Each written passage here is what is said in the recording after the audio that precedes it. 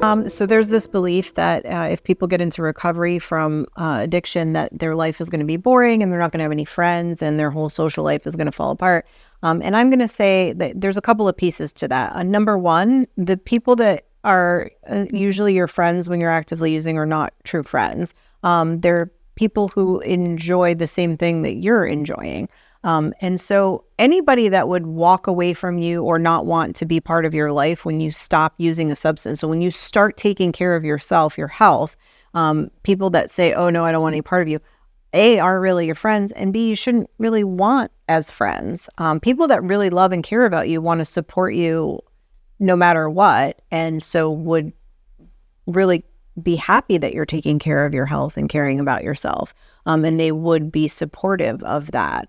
So yeah, broken toys attract other broken toys. So a lot of times when we're being very self-destructive or engaging in behaviors that are not the best for us, the people that we're attracting in our lives are people who are doing similar things.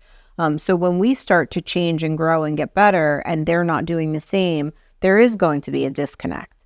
And really, addiction is very isolating, and I don't mean necessarily physically isolating, but emotionally very isolating. The relationships built during active addiction tend to be much more superficial. People tend to be very guarded, and it's really very focused on the active substance use. Whereas when people get into recovery, they really start to build these actual valid, valuable, genuine relationships with other people, because it involves being vulnerable and it involves letting down the walls, but it also involves setting up, creating, and upholding boundaries and taking care of one's self. So the relationships may not be as plentiful, but they tend to be more value. So you're looking at a lot more quality over quantity in terms of relationships.